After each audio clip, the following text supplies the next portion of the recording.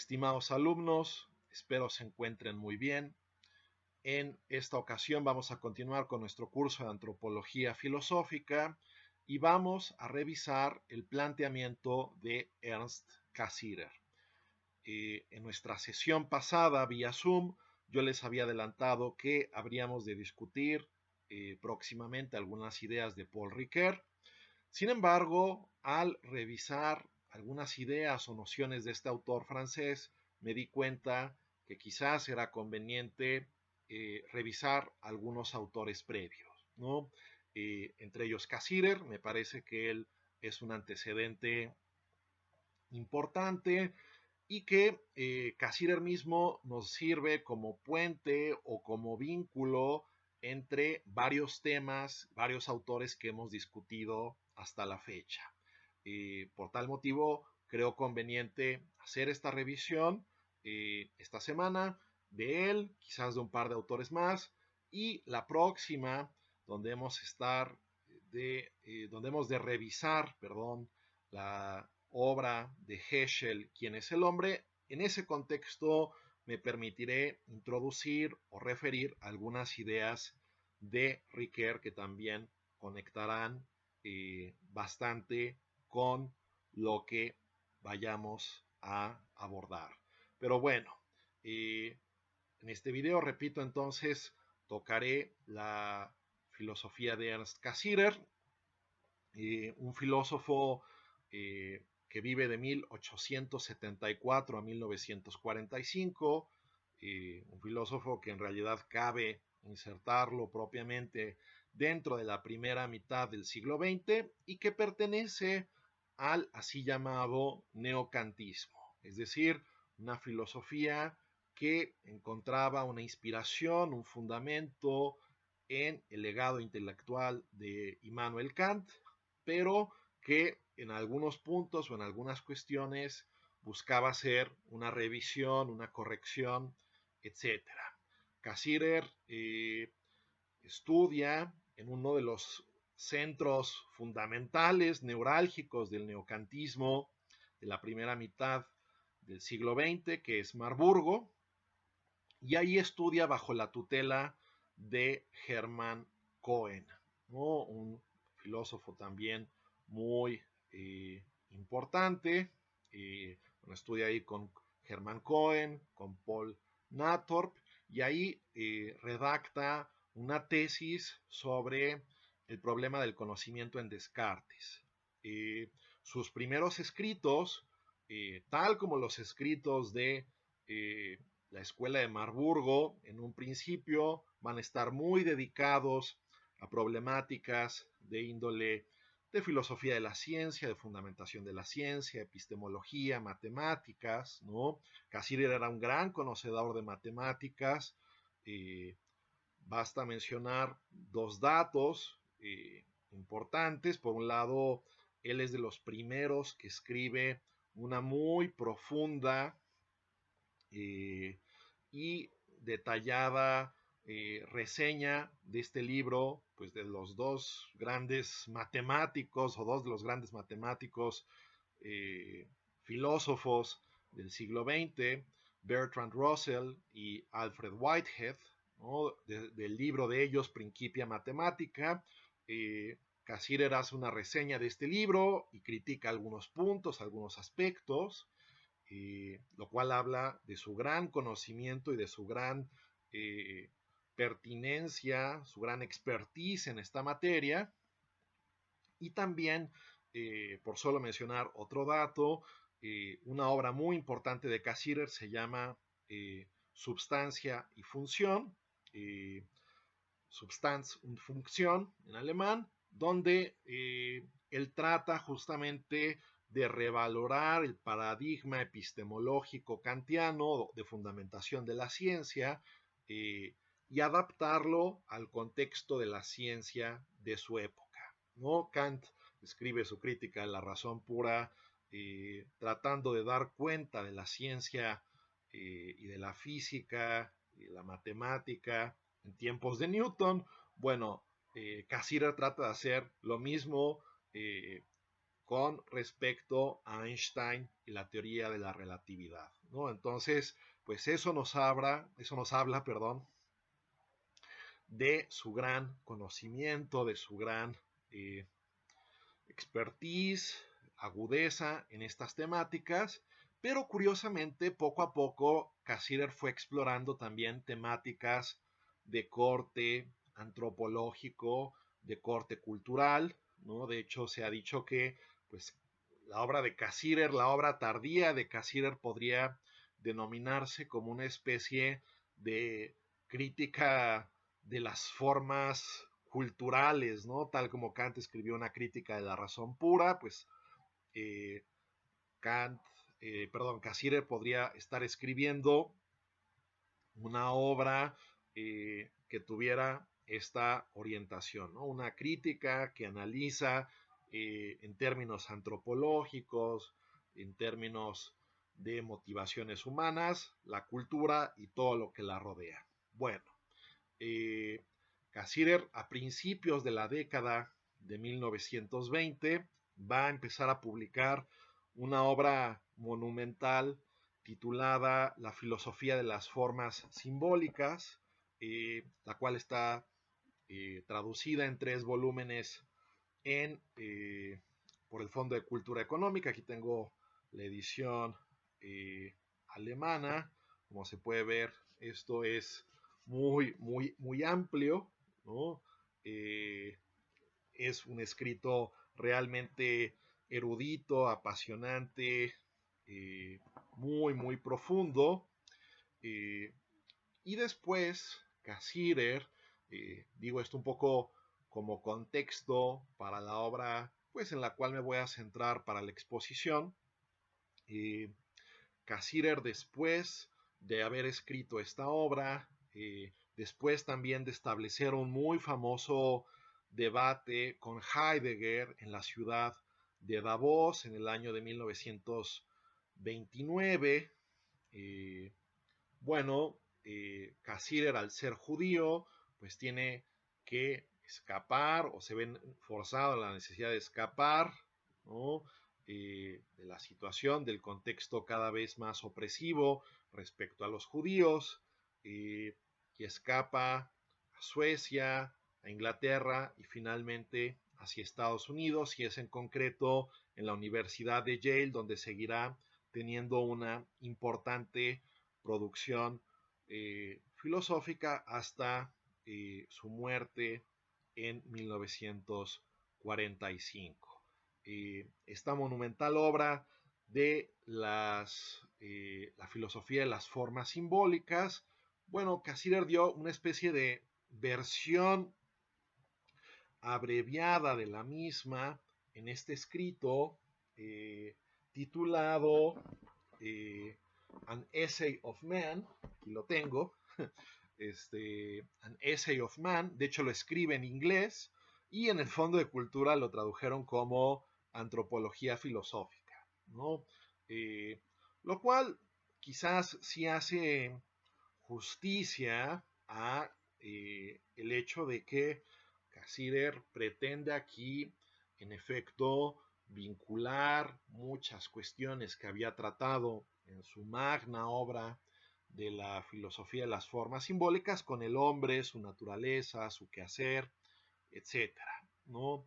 Y bueno, pues en realidad puede decirse entonces que si bien esta obra es de principios de los años 40, ¿no? De la antropología filosófica, The Essay of Man, pues en realidad Cassirer se encuentra haciendo su propuesta de la filosofía de las formas simbólicas en los años 20, al tiempo que Scheler, que Gehlen, que Plessner están también ellos contribuyendo, desarrollando ideas, presentando avances. Entonces, me parece que estos 4 autores, ¿no? Tomados en su conjunto, nos hablan de una riqueza muy específica y de un auge muy específico que tuvo la antropología filosófica como algo que se iba poco a poco perfilando, que iba poco a poco cobrando cada vez rasgos más puntuales. Que si bien es cierto que la antropología filosófica, por su definición o por su propia índole, se trata de un saber interdisciplinario, pues no es hasta una época moderna que se empieza esta rama del saber filosófico a perfilar y delinear con mayor claridad y mayor importancia. Bien, voy a referir entonces ahora algunas ideas generales de este libro, del Essay of Man, de la antropología filosófica de Cassirer, que repito, es una especie de síntesis con un énfasis muy antropológico de lo que se había dicho antes en la magna obra en 3 volúmenes de la filosofía de las formas simbólicas. Bien, voy a hacer quizás una exposición de corte general y después voy a ir leyendo algunos pasajes específicos para corroborar, para elucidar, para ilustrar aquello que antes habré dicho a grandes rasgos, ¿no? Bien, una idea importante de Cassirer es que todo conocimiento filosófico de alguna forma termina por remitir al ser humano mismo. Me explico, ¿no? Hay disciplinas teóricas dentro de la filosofía, como podría ser la cosmología, bueno, la filosofía de la naturaleza, la metafísica, la, pues no sé, la lógica, ¿no? La epistemología, etcétera. Hay disciplinas con un carácter ciertamente muy abstracto, ¿no? La teología o la religión naturales, ¿no? Puede haber disciplinas filosóficas con un carácter más o menos especulativo, pero un interés constante o perenne por parte de los seres humanos es remitir ese conocimiento hacia sí mismos, ¿no? Hacia uno mismo. En efecto, podemos obtener un conocimiento metafísico, un conocimiento del cosmos, un conocimiento del ordenamiento de la naturaleza, etcétera, pero eso siempre queremos remitirlo a una pregunta, una cuestión de quién somos nosotros, cómo debemos de actuar, cómo incide o cómo afecta esto en una interpretación de mi propia persona. Con lo cual, Cassirer quiere decir que en efecto, esta máxima socrática del gnótice autón, de conócete a ti mismo, es la aspiración radical de la filosofía. En último término, hacemos filosofía para saber quiénes somos y con base en ello o en virtud de ello tener una dirección o una orientación en el actuar. La filosofía en ese sentido siempre está marcada por ese interés de la razón humana de esclarecerse, de posicionarse en el mundo, de posicionarse en el cosmos, de posicionarse respecto a otros actores, a otras personas, etc. Y la manera específica de hacer esto es pues mediante toda una serie de recursos que el ser humano crea, ¿no? Que el ser humano mismo elabora, como puede ser el lenguaje, la política, la religión, me refiero al menos en términos de las prácticas institucionales, de los ordenamientos de una organización religiosa, sus jetaturas, los cargos, los puestos, ¿no? El arte, es decir, la manera en que nos relacionamos es a partir de cierta clase de prácticas, ¿no? Que en último término tienen un origen o una semilla humana en el trasfondo. Eh, Curiosamente, Cassirer dice, las civilizaciones antiguas parecían olvidar un poco esto en la medida en que, por ejemplo, consideraban que el lenguaje era un regalo de los dioses o que tales o cuales instrumentos eran un regalo de los dioses, cuando en realidad, por supuesto, esto fue creado, esto fue elaborado por el ser humano mismo, ¿no? Y que esto pues ha respondido a dinámicas, a circunstancias, a coyunturas concretas a las cuales los seres humanos se han tenido que ir enfrentando.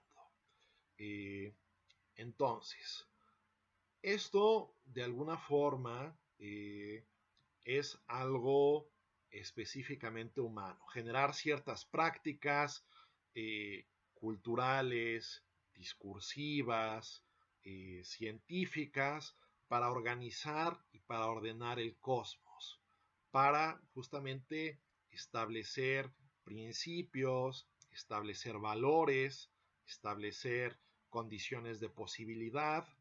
Eso, a juicio de Cassirer, es algo característicamente humano, definitoriamente humano.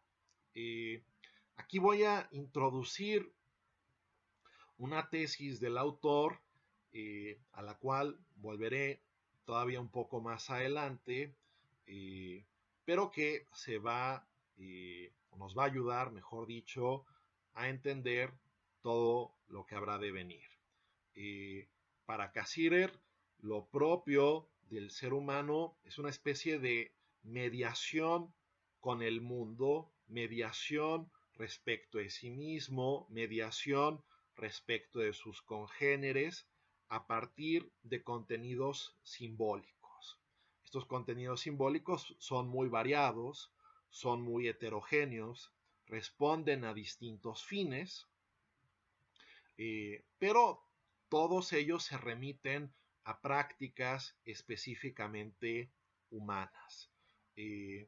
Ahora entraré con detalle al tema del símbolo, pero quisiera subrayar este aspecto del carácter mediado con la realidad a partir de instituciones, herramientas, prácticas que nosotros mismos vamos generando a lo largo del tiempo a través de culturas, a través de civilizaciones. Eso para Cassirer va a ser fundamental y va a ser el punto a partir del cual él va a estudiar al ser humano.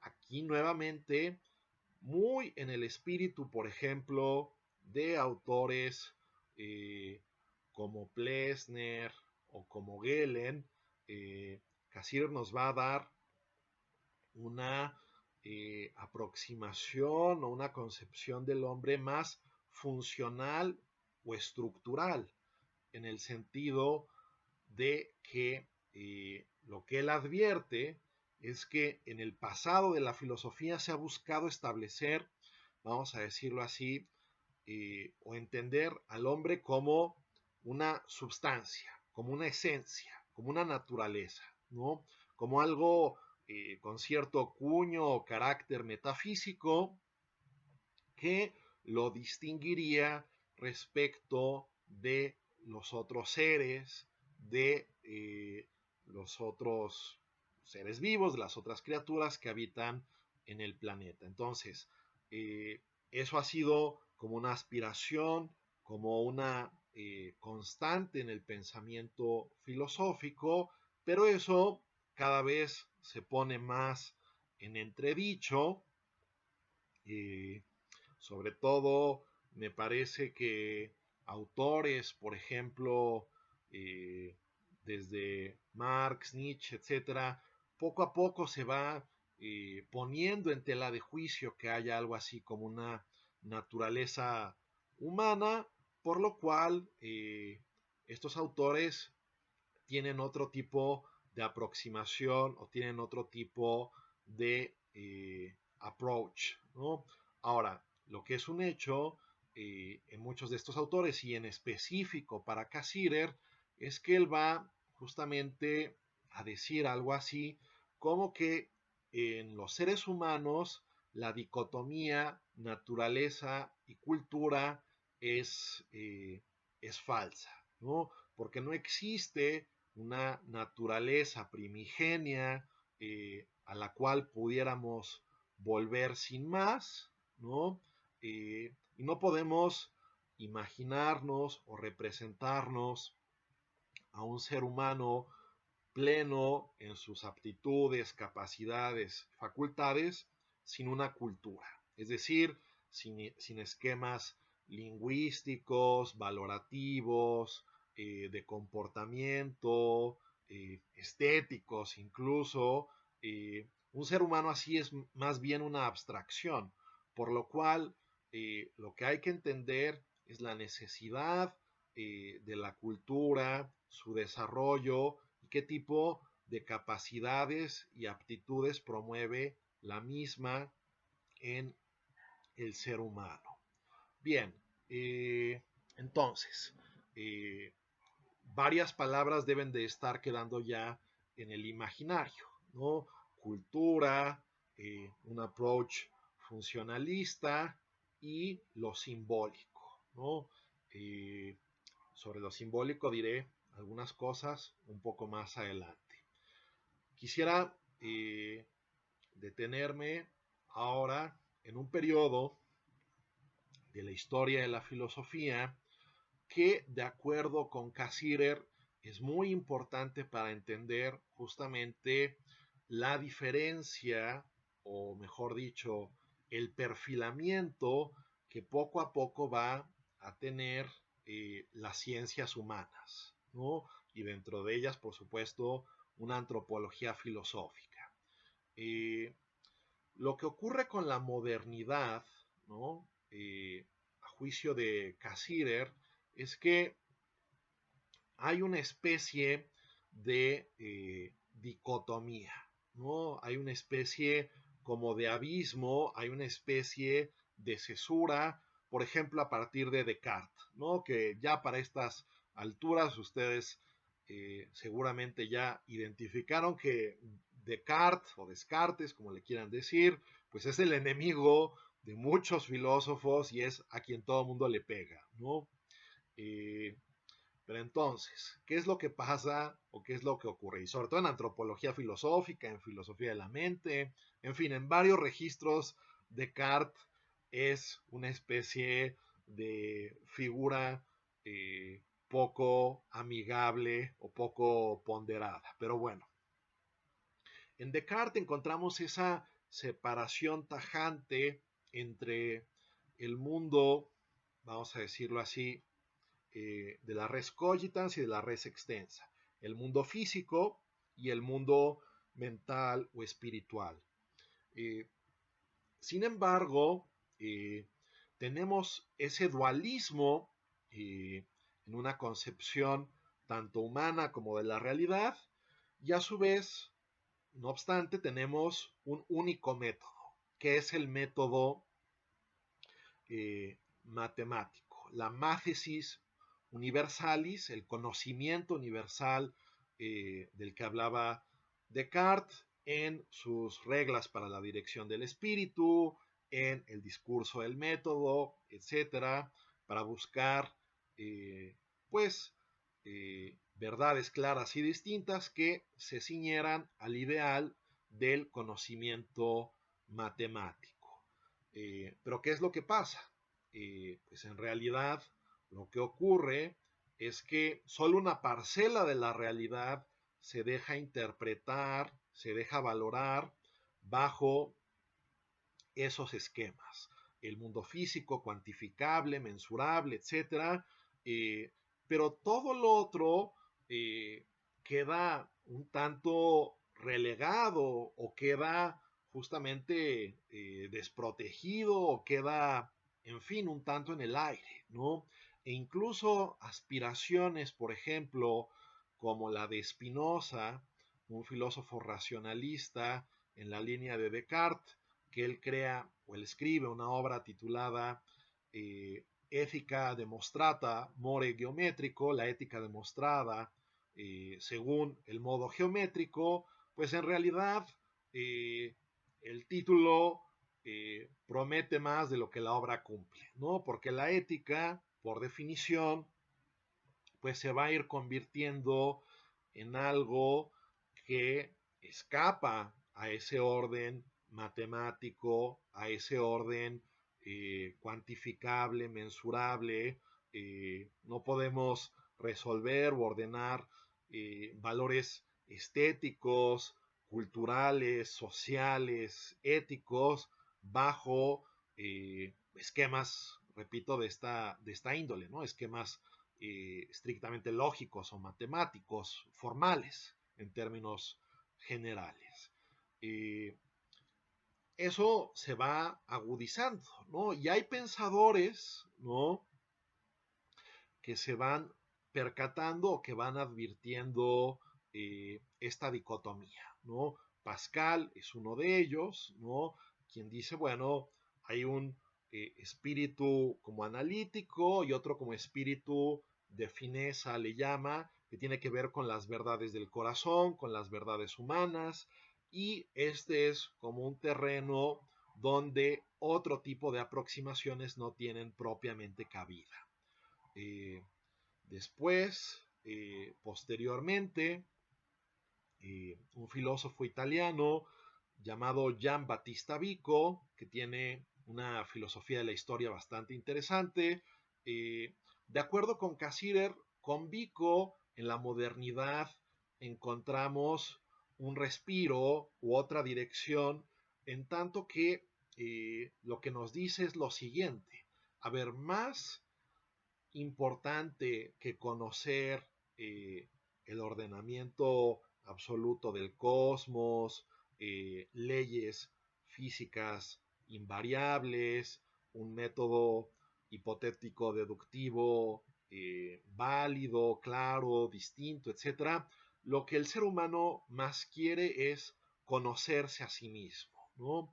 Y la matemática, por decirlo así, en la concepción de este autor, lo que hace más bien, pues es, sí, numerar elementos, establecer cierto tipo de relaciones, pero no entra a su esencia más profunda, no entra a su esencia más íntima. ¿Y qué son cuáles son las cosas, por decirlo así, respecto a las cuales sí podemos tener esa comprensión más íntima, más profunda, más honda? Bueno, pues son las propias creaciones humanas, ¿no? Aquellas cosas en las cuales los seres humanos habitan, se desarrollan, se desenvuelven, como podría ser las artes, el lenguaje, la cultura, la política. Es ahí donde viene nuestra verdadera comprensión, nuestra verdadera interpretación de nosotros mismos. En algún sentido, entonces, las humanidades, en términos generales, o lo que cae bajo el rubro de las humanidades, pues es existencialmente mucho más valioso o mucho más importante que lo que puedan prescribir tales o cuales modelos científicos, ¿no? Por decirlo quizás muy caricaturescamente y por ejemplo apelando a algo que alguna vez dijo otro filósofo del siglo XX, Hans-Georg Gadamer. Él decía algo así, bueno, puede ser que las ciencias naturales, exactas, hayan cambiado, bueno, no puede ser, de hecho han cambiado drásticamente respecto a los griegos. Pero, por ejemplo, esta cuestión definida o puntualizada por Aristóteles en su Ética Nicomaquea, de cómo es que los seres humanos pueden alcanzar una vida feliz, desenvolverse o desarrollarse óptimamente en una comunidad, desarrollar sus aptitudes, sus talentos, etc. Bueno, difícilmente podemos decir que hemos trascendido esas preguntas, ¿no? Quizás su contexto de realización, de concreción, son radicalmente distintas que las condiciones que Aristóteles tuvo en vistas cuando planteó estas interrogantes, ¿no? Cuando planteó estas problemáticas, pero en definitiva hay ciertos motivos humanos comunes que se mantienen intactos. Por lo mismo, el estudio del hombre debería revalorizarse, el estudio del ser humano debería ponderarse no como aquello que cae bajo un simple esquema de lo inexacto, ¿no? De lo incuantificable, de lo opinable, sino que más bien deberíamos ver en la cultura pues las oportunidades, las condiciones de nuestra realización, de nuestra integración, de una visión del mundo, del cosmos, etcétera, porque al final del día, si bien las ciencias pueden decir algo desde un lenguaje muy especializado, bueno, si eso no tiene una incidencia en cómo yo articulo una visión del mundo, de la sociedad, de la naturaleza, etcétera, pues eso se va a quedar independiente, ¿no? Solo aquello que pueda ingresar de un modo más pleno en esta comprensión, en este desarrollo del ser humano, pues va a tener un peso específico en términos, vamos a decirlo así, existenciales. Bueno, otro aspecto que quisiera destacar antes de ya leer algunos pasajes del libro de Cassirer, ¿no? Cassirer lo que va a sugerir, pues, ¿no? Entonces es que, dado que estos saberes tienen esta impronta, pues hay que darle a cada uno su valía, ¿no? Tanto aquellos que tienen una dimensión más abstracta, ¿no? Como pudiera ser, sí, la matemática y la física, etcétera, como aquellos que tienen una dimensión más imaginativa, sensible, creativa, como lo podrían ser, por ejemplo, las artes y los mitos, ¿no? Si uno ve la pluralidad de lo que conforman las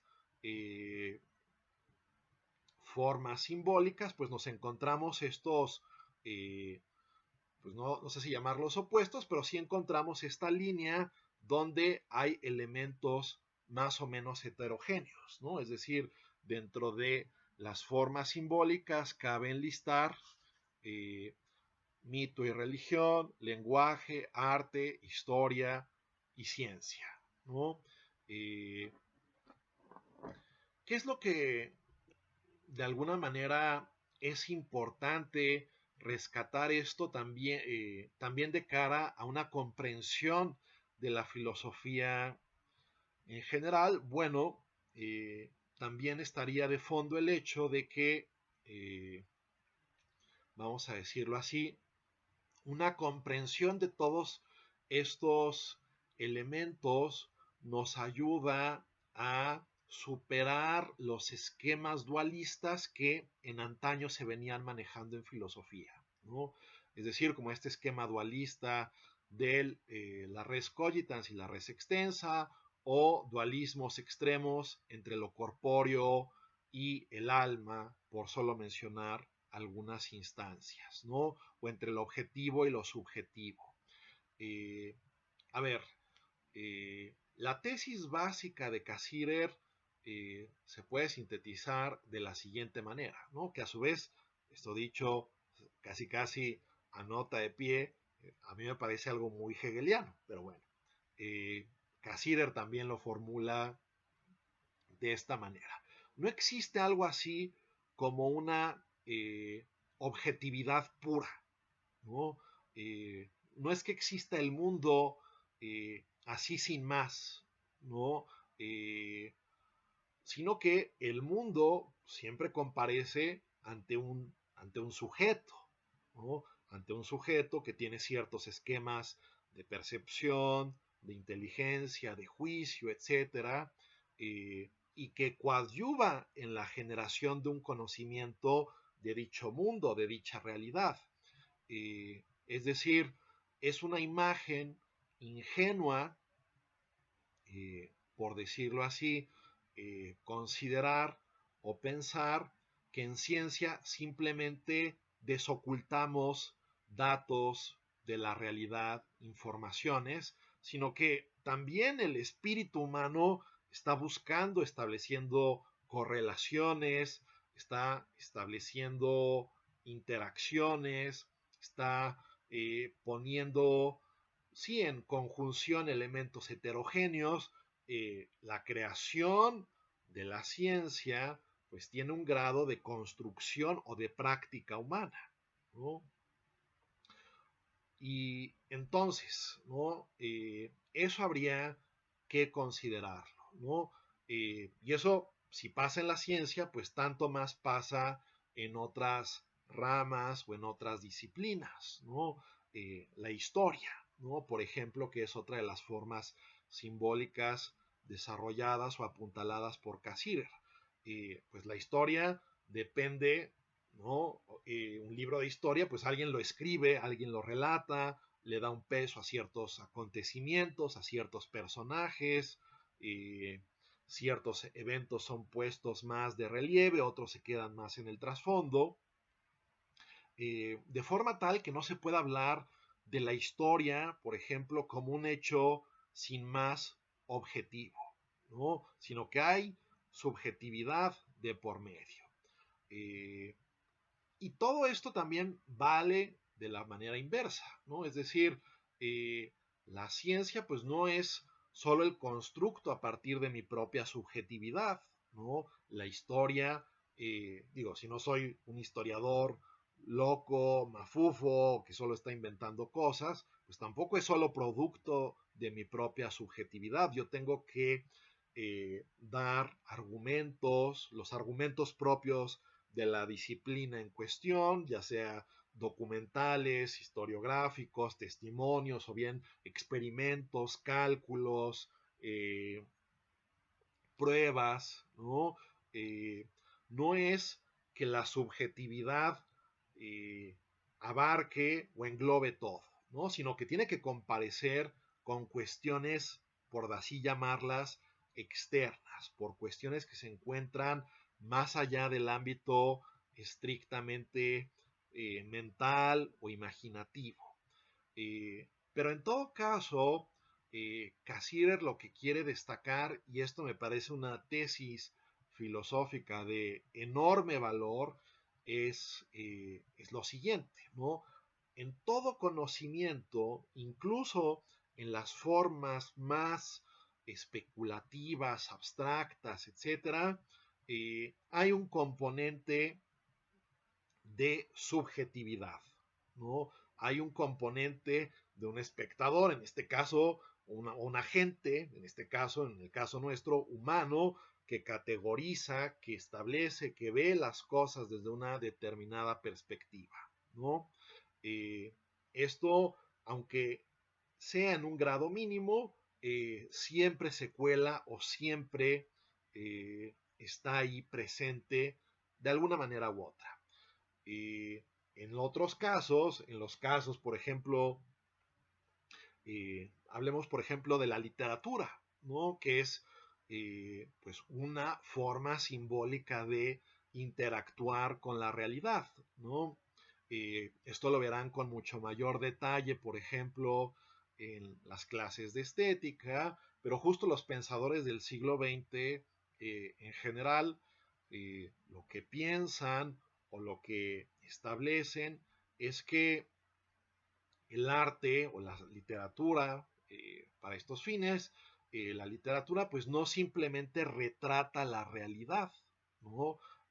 Hubo mucha teoría artística desde Platón, ¿no? Ahí sí quizás Platón es el culpable, en cierto sentido, ¿no? De hacernos pensar que el arte solo debe ser, es una mímesis y es una copia de lo que existe, y a su vez lo que existe es una copia del mundo inteligible. Entonces el arte es copia de la copia, por lo tanto es un nivel de degradación ontológico importante el que tratamos ahí. Bueno, ese esquema se va rompiendo, ¿no? Se va diluyendo, y lo que apreciamos más bien es en el siglo XX, ¿no? Desde el XIX, pero ya con mayor solidez en el XX, pues se asienta la idea de que el arte no es simplemente un reflejo de la realidad, sino que la recrea, la reconfigura, ¿no? De modo tal que, por ejemplo, bueno, Oscar Wilde lo dirá de una forma muy provocadora, ¿no? Pero Wilde decía que la naturaleza imitaba al arte, ¿no? Esto quiere decir que, bueno, pues de alguna forma las grandes obras artísticas tienen una incidencia en cómo nos comportamos, cómo comprendemos nuestras emociones, cómo comprendemos nuestras angustias, es decir, no comprendemos los celos de la misma manera después de el Otelo de Shakespeare, ¿no? O no comprendemos, por decir otra cosa, la angustia y la desesperación después de la metamorfosis o del proceso de Franz Kafka, ¿no? Esos paradigmas literarios nos ayudan a entender mejor ciertas clases de situaciones y contextos, ¿no? Eh, pero bueno, ¿cómo conecto o cómo se conecta esto con Cassirer? Eh, a ver, de alguna forma, por ejemplo, Shakespeare, cuando escribe su obra, pues sí está pensando en caracteres más o menos ficticios. Hay muchos, ahorita no tengo el dato específico de Otelo, pero muchos de los dramas shakespearianos sí tienen una información o cierto contexto histórico de fondo, pero a lo que voy es lo siguiente, ¿no? Si la experiencia de los celos eh, no tuviera, o sea, que Shakespeare retrata con su, o que recrea o genera a partir de su obra, no tuviera que ver nada con el mundo normal con el cual nos topamos los seres humanos, pues esa obra no nos diría nada, ¿no? Es solo en virtud de que la obra de Shakespeare eh, subraya con gran agudeza aspectos de la condición humana, de las relaciones interpersonales, amorosas, etcétera, es solo en virtud de eso objetivo que ese drama que pasa por todo el filtro de su subjetividad, su genio, su creatividad, etcétera, es solo en esa medida que pues vemos que ese drama nos interpela, nos dice algo, nos ilustra, pues ya sea acerca de algún caso que conozcamos, de algún familiar o de alguna relación tóxica que en algún momento alguien pudo tener o sufrir, etcétera. Bueno, obviamente no al extremo de Otelo, porque si no sería algo salvaje y la persona debería estar en la cárcel, por supuesto, pagando condena. Pero en todo caso, creo que se debe de entender el punto, ¿no? Incluso en las creaciones literarias, ¿no? O sea, por ejemplo, no sé, Aquiles, ¿no? Su ira, su coraje, etcétera. Bien pudo haber sido esto completamente ficticio, pero Homero pues no inventó las relaciones interpersonales, los sentimientos, las emociones humanas, así de la nada, ¿no? Sino que tuvo que haber habido un sustento objetivo sobre el cual su genio, su creatividad, su, sí, su ingenio poético operó para generar un modelo literario que ha, pues, de alguna manera alimentado y educado a millones de lectores, ¿no? O a miles de lectores. Entonces, eh, volviendo al punto, para Cassirer, estudiar la cultura y sus formas simbólicas, que cultura aquí es entendido de esta manera amplia que he venido subrayando. Todo aquello que genera el hombre, ¿no?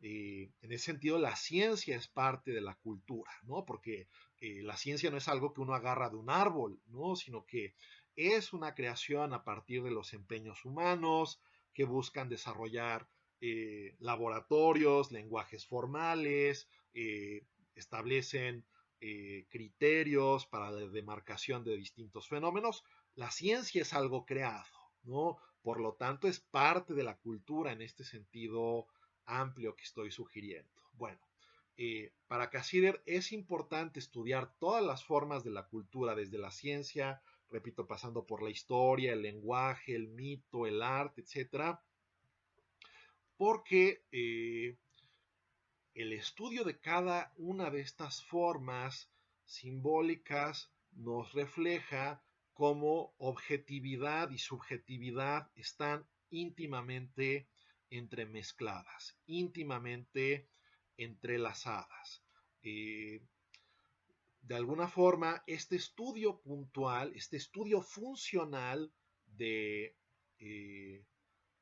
digámoslo así, las formas simbólicas nos ilustra de un modo muy puntual acerca de nuestra condición, ¿no? Bien, ahora iba a decir algo en relación con los símbolos, ¿no?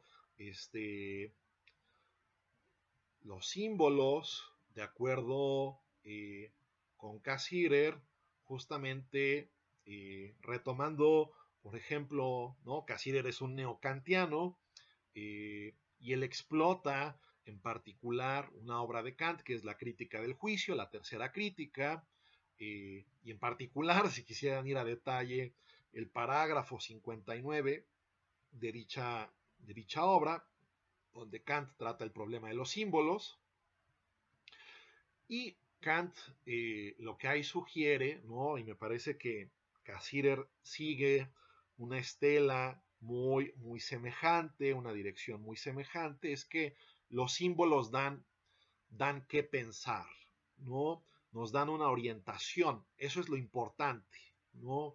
Y eso es también algo distintivo para Cassirer del hombre frente al animal, ¿no? Porque el animal puede resolver ciertos problemas, puede tener cierto tipo de inteligencia práctica, tal como Scheller lo destacaba,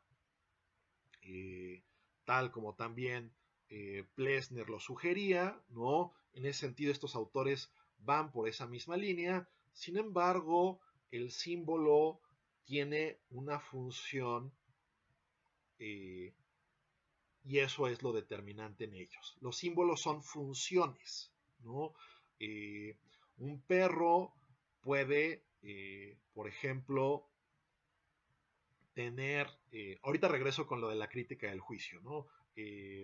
Nada más explico esto y regreso a ese otro punto, ¿no? El perro puede entender como estímulo una palabra, ¿no? Pero no puede entender la función en general de lo que significan las palabras. El perro u otro animal, ¿no?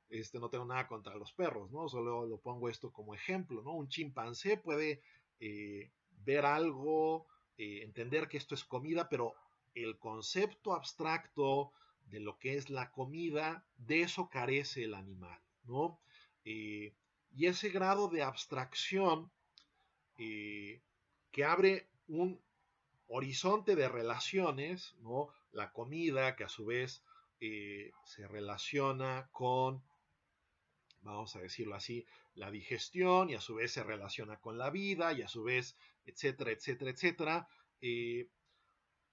Nosotros entendemos las palabras, por ejemplo, como funciones que remiten a otras cosas, ¿no? Las funciones establecen relaciones, establecen orientaciones, y eso es lo simbólico, ¿no? Es decir, un signo se diferencia o se distingue, por ejemplo, de un signo, ¿no? O sea, un signo tiene un grado muy unívoco, ¿no? O sea, un signo peatonal pues te dice por dónde puedes ir y por dónde no, ¿no? Pero en cambio, un símbolo, en el sentido específico que Cassirer lo entiende, es algo que abre una brecha del significado, ¿no? Eh, las palabras, ¿qué pueden significar? ¿No? Las palabras no siempre significan lo mismo en todo contexto, no significan siempre lo mismo con toda entonación. Los gestos no son signos porque no son unívocos, en tanto que pueden referir o significar distintas cosas en distintos momentos. Lo propio del ser humano es justamente moverse en un ámbito simbólico, en un ámbito de símbolos, ¿no? Eh, por ejemplo, ahora sí, ya retomando el caso específico de la crítica del juicio, parágrafo 59, lo que iba a mencionar hace unos instantes, ¿no? Kant dice, por ejemplo, que la belleza es un símbolo de la moralidad, ¿no? ¿Qué quiere decir Kant en lo específico con esto? Bueno, es un poco complejo, pero a lo que va Kant en última instancia es que un símbolo te permite a ti establecer puentes, comparaciones, analogías, ¿no? Eh, por ejemplo, una que menciona Kant en ese parágrafo es pensar el Estado político, ¿no? El Estado como el gobierno político como un cuerpo, ¿no?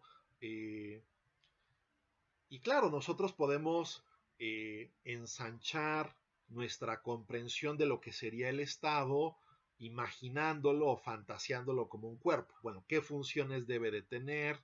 Eh, ¿Qué tipo de actividades debe desempeñar para mantenerse con vida, para coexistir? Podemos en un plano simbólico imaginar que un cuerpo humano en este caso pues tendría, que sería el Estado, pues tendría que establecer ciertas relaciones con otros cuerpos-estado, en fin, ¿no?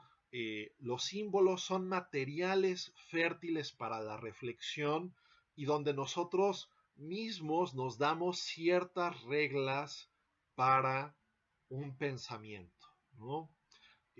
No sé si algunos de ustedes han ejercido un poco creativamente, ¿no? La literatura creativa, ¿no? Y ustedes tratan de delinear un personaje y tratan de expresar algo.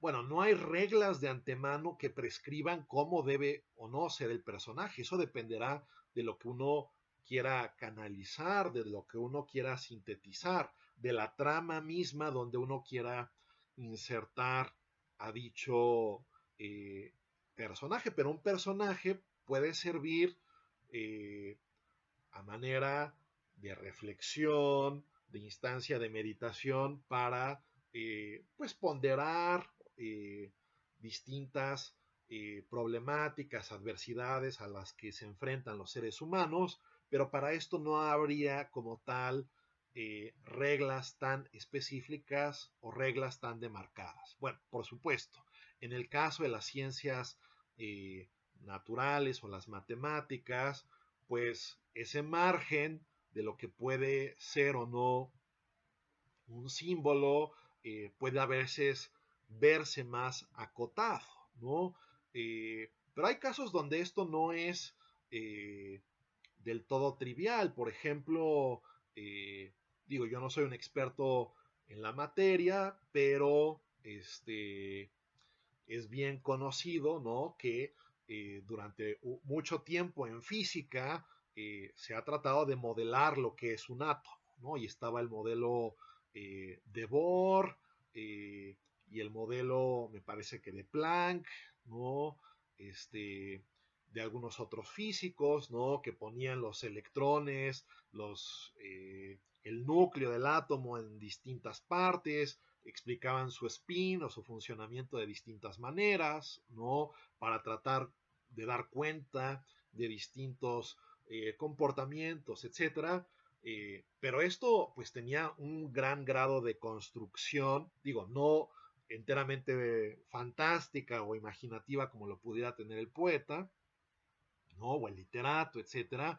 Pero a lo que voy es que la ciencia también opera bajo construcciones ideales que después uno busca ver si en efecto cuadran o no con la realidad, ¿no? Y si no cuadran, pues se reajusta el modelo, pero muchas veces se da ese vaivén en las propias ciencias teoréticas, ¿no? El modelo de Rutherford, ¿no? El átomo de Rutherford era el otro que me quería acordar. Bueno, nadie ha visto ni el átomo de Rutherford ni el de Bohr, etcétera. Ya ha habido otros modelos, por supuesto, pero pues esto tiene que ver, repito, con el ámbito también como de construcción de la ciencia, ¿no? En ese sentido, lo simbólico, de acuerdo con Cassirer, busca retratar el mundo y busca establecer cierta clase de relaciones. Pero bueno, alguien es quien tiene que establecerlas, alguien es quien tiene que puntualizarlas. La ley de Newton, por decir un caso, ¿no? de la termodinámica o las leyes de la termodinámica de Newton, pues en cierto sentido siempre han existido y en cierto sentido no. Siempre han existido porque los cuerpos en el universo se han regido bajo esos esquemas. Sin embargo, no fue hasta que Newton llegó, analizó esto, le dio una expresión y todo el mundo lo reconoció, que esto tuvo pues ya un carácter de ley, ¿no? Y se insertó a un cuerpo de conocimientos llamado ciencia. Eh, pero ahí se da, repito, ese vaivén de lo subjetivo y lo objetivo que, repito, para Cassirer esto se da en todo lo que es construido por el ser humano, eh, desde lo más teórico y especulativo hasta lo más sensible, creativo, fantasioso, como podrían ser los mitos, los relatos, las leyendas, etcétera, etcétera, etcétera. Bien, podemos quizás leer algunas citas ilustrativas de Cassirer que vienen un poco a ejemplificar algunas cosas que he dicho, ¿no? Por ejemplo, eh, dice Cassirer, ¿no? En la página 57 de este libro, que creo que algunos de ustedes lo tienen.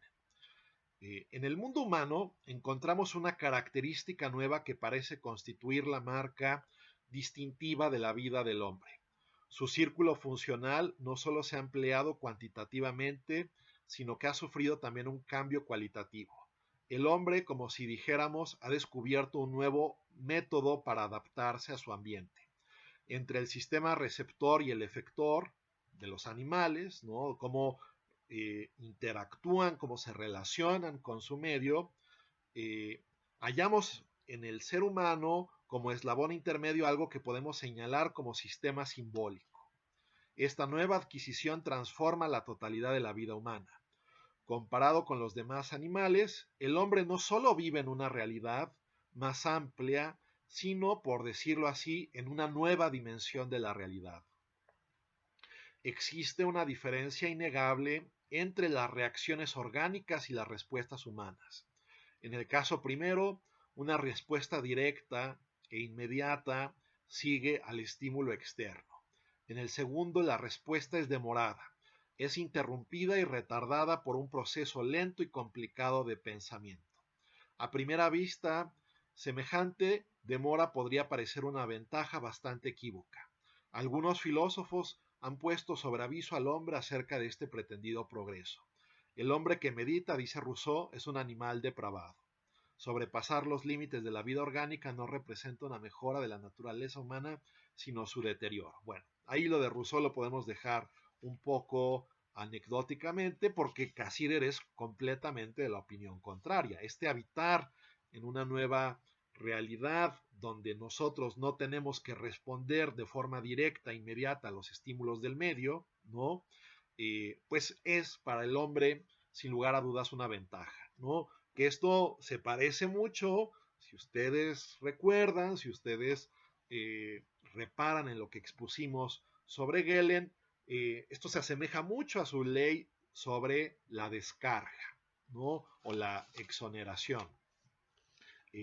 Ahí podría establecerse un interesante paralelismo. Pero en todo caso aquí lo importante, repito, es esta idea de que los seres humanos no estamos arrojados con inmediatez al mundo, sino que se nos abre una nueva dimensión en la medida en que podemos advertir significados, ¿no? Y atarlos bajo las distintas formas que tenemos a nuestro alcance: lenguaje, ciencia, mito, religión, historia, etc. Bien,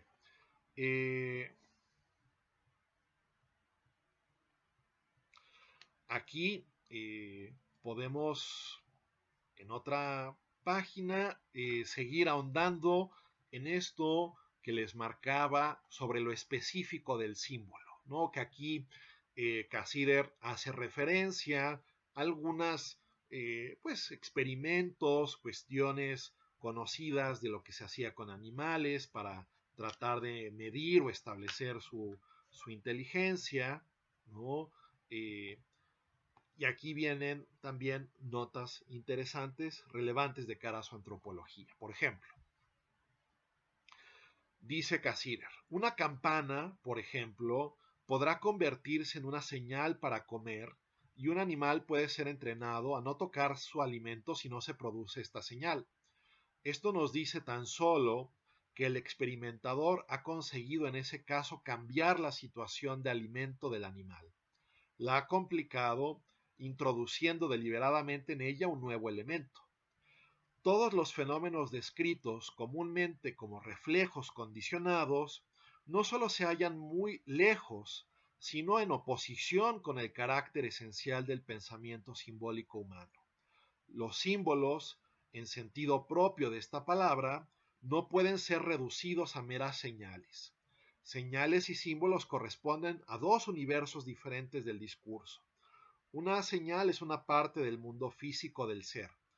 Un símbolo es una parte del mundo humano del sentido, ¿no? Esto lo mencioné, pero me parece sumamente importante subrayar esto de forma destacada, porque al final del día Cassirer define al ser humano como un animal simbólico, ¿no? Como alguien que vive, interactúa por medio de símbolos, y es porque está inserto en una región de significado.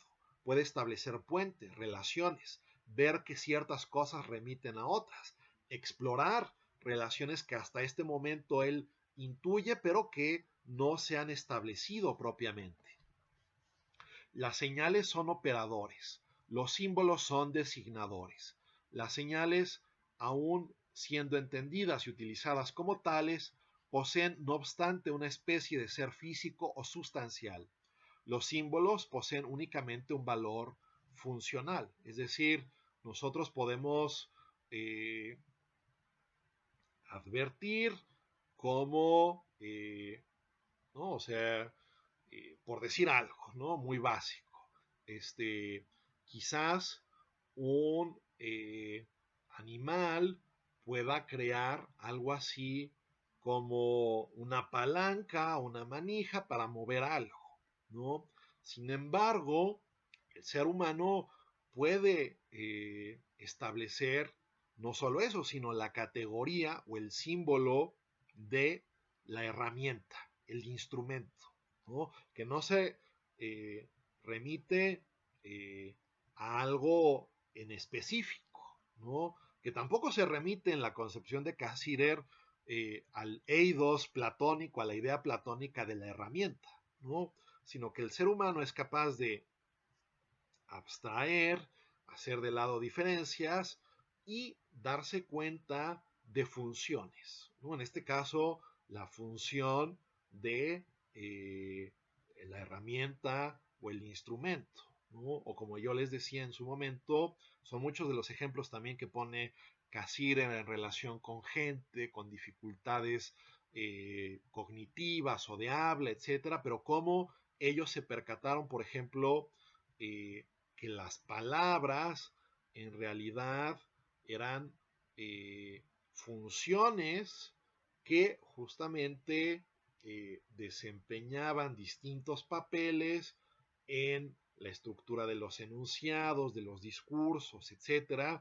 Es decir, no es solo un sonido articulado, sino que esto tiene un papel, desempeña algo. Hay algo que está ahí desempeñando un rol, un juego, un papel, ¿no? Eso es lo específica o característicamente humano. Y por ejemplo, en relación con esto, también cabría destacar eh, que ese grado de abstracción, ¿no? Bueno, esto más o menos ya también lo había advertido, pero vuelvo a reparar sobre esto. Los seres humanos establecen relaciones ideales, ¿no? Es decir, establecen vínculos que puede ser que no comparezcan objetivamente todavía en la realidad, como por ejemplo en las hipótesis matemáticas o científicas, pero que se busca ver si en efecto cuadran, ¿no? Y en ese sentido, puede haber representaciones ideales, por ejemplo, de lo que es el espacio y el tiempo. En ese sentido, Cassirer dice lo siguiente, ¿no? En la página 81. En el hombre encontramos un tipo especial de pensamiento relacional que no encuentra paralelo en el mundo animal.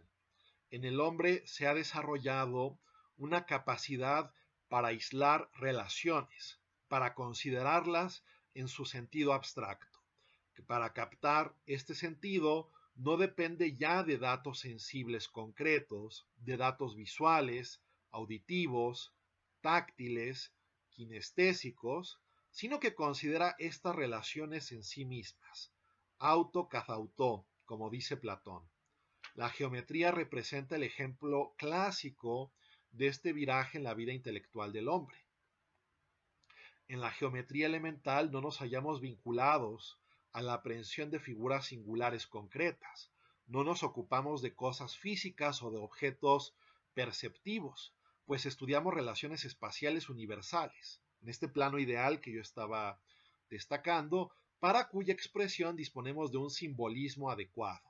Sin el paso preliminar del lenguaje humano no hubiese sido posible esta conquista, ¿no? Entonces, esto remite bastante a esta idea que les había mencionado de que la ciencia tiene un grado de construcción, ¿no? En tanto que el ser humano hace ciertas abstracciones que van más allá de lo fáctico, que se corresponden más con lo ideal, y en ese ámbito ideal se manejan o se establecen variables que después son vueltas a ser proyectadas en ámbitos físicos determinados. Por eso, la aplicabilidad, por decirlo así, de la geometría sobre el mundo, sobre el mundo físico. Pero todo esto se da en una trama de lenguajes, en una trama de discursos. La trama del hombre, la trama del ser humano es una trama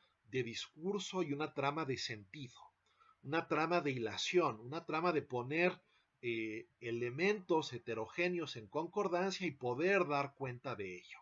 En ese sentido, la filosofía de Cassirer, como les dije, es heredera de, por ejemplo, sí, la filosofía simbólica de Kant en la crítica del juicio, pero también de la filosofía de la historia de Vico y también de un gran filósofo del lenguaje llamado Herder, Johann Gottfried von Herder, que dice lo siguiente, ¿no? Y con eso voy a cerrar esta sesión, ¿no? Retomando una cita de Herder que a mi juicio, vamos a decirlo así, sintetiza mucho el espíritu de lo que el propio Cassirer busca desarrollar con su planteamiento. Entonces, esto lo cita Cassirer respecto de Herder. El hombre muestra reflexión cuando el poder de su alma actúa tan libremente que de todo el océano de sensaciones que fluye a través de sus sentidos, puede segregar, como si dijéramos, una onda, y puede detener esta onda, poner atención en ella y darse cuenta de esta atención, ¿no? Conciencia de la conciencia, como en otras clases también subrayábamos. Muestra reflexión cuando en todo el sueño ondulante de imágenes que fluyen a través de sus sentidos puede recogerse en un momento de vigilia, morar en una imagen espontáneamente, observarla con claridad y con más pausa, y abstraer características que le señalen que este y no otro es el objeto. Así, nuestra reflexión, cuando no solo puede percibir de una manera viva y nítida todas las cualidades, sino cuando puede reconocer una o varias de ellas como cualidades distintas, en virtud de qué medio se produce este reconocimiento, mediante una característica que él posee para abstraer y que como un elemento de conciencia se presenta ella misma claramente. Entonces podemos exclamar Eureka. Este carácter inicial de conciencia era el lenguaje del alma. Con esto se ha creado el lenguaje humano. Bien, eh, como les decía, el lenguaje juega un papel fundamental en la filosofía de Cassirer. Y en realidad juega un papel para muchos pensadores de todo el siglo XX, ¿no? ¿Por qué? Bueno, yo les había mencionado, ahora no recuerdo exactamente con ocasión de qué filósofo, pero que en el siglo XX se genera o se da algo así como un linguistic turn in philosophy, ¿no? Un giro lingüístico en la filosofía, donde lo que se nos dice es, a ver, ha habido momentos en los que la filosofía concentra su atención en la realidad, o en la filosofía moderna, la atención se concentra en la conciencia, en la mente. Eh, los filósofos del siglo XX, y me parece que Cassirer es hijo de su época, aunque está rescatando una cita de un filósofo del XVIII, pero en realidad él está aprovechando eso para jalar agua a su molino. Cassirer claramente se inserta en una línea de pensamiento donde el lenguaje es la clave por antonomasia para entender la trama de la existencia humana, ¿no? En la medida en que interpretamos mejor la naturaleza del lenguaje, sus funciones, no solo los lenguajes naturales, como pudieran ser, por ejemplo, el español, el inglés, el francés, el ruso, sino los lenguajes poéticos o incluso los lenguajes científicos. Bueno, en la medida en que entendemos esto como dimensiones semánticas que el ser humano es capaz de advertir, reconocer y poner en hilación, bueno, en esa medida vamos a comprender de mejor manera la índole de aquello que somos. Entonces, solo para que esto quede en claro, solo para que no se nos olvide. Cassirer nos presenta una filosofía de las formas simbólicas con un corte funcionalista que se opone esto a una filosofía de carácter substancial, ¿no? Una filosofía que busca destacar una dimensión o un aspecto como lo esencial del ser humano. Esa no es la intención de Cassirer, sino hacer un estudio funcional del ser humano a partir de sus distintas expresiones y manifestaciones lingüísticas, y esto tendrá como consecuencia una reinterpretación de la cultura y una mediación entre ámbitos aparentemente heterogéneos, el ámbito de lo mental y de lo físico, el ámbito de lo interno y de lo externo, etc. Bien, eh, habiendo asentado estas ideas, podemos concluir esta sesión. Pronto les haré llegar el siguiente video y recuerden que la próxima semana estaremos discutiendo vía Zoom el libro de ¿Quién es el hombre? De Abraham J. Heschel. Bueno, hasta pronto.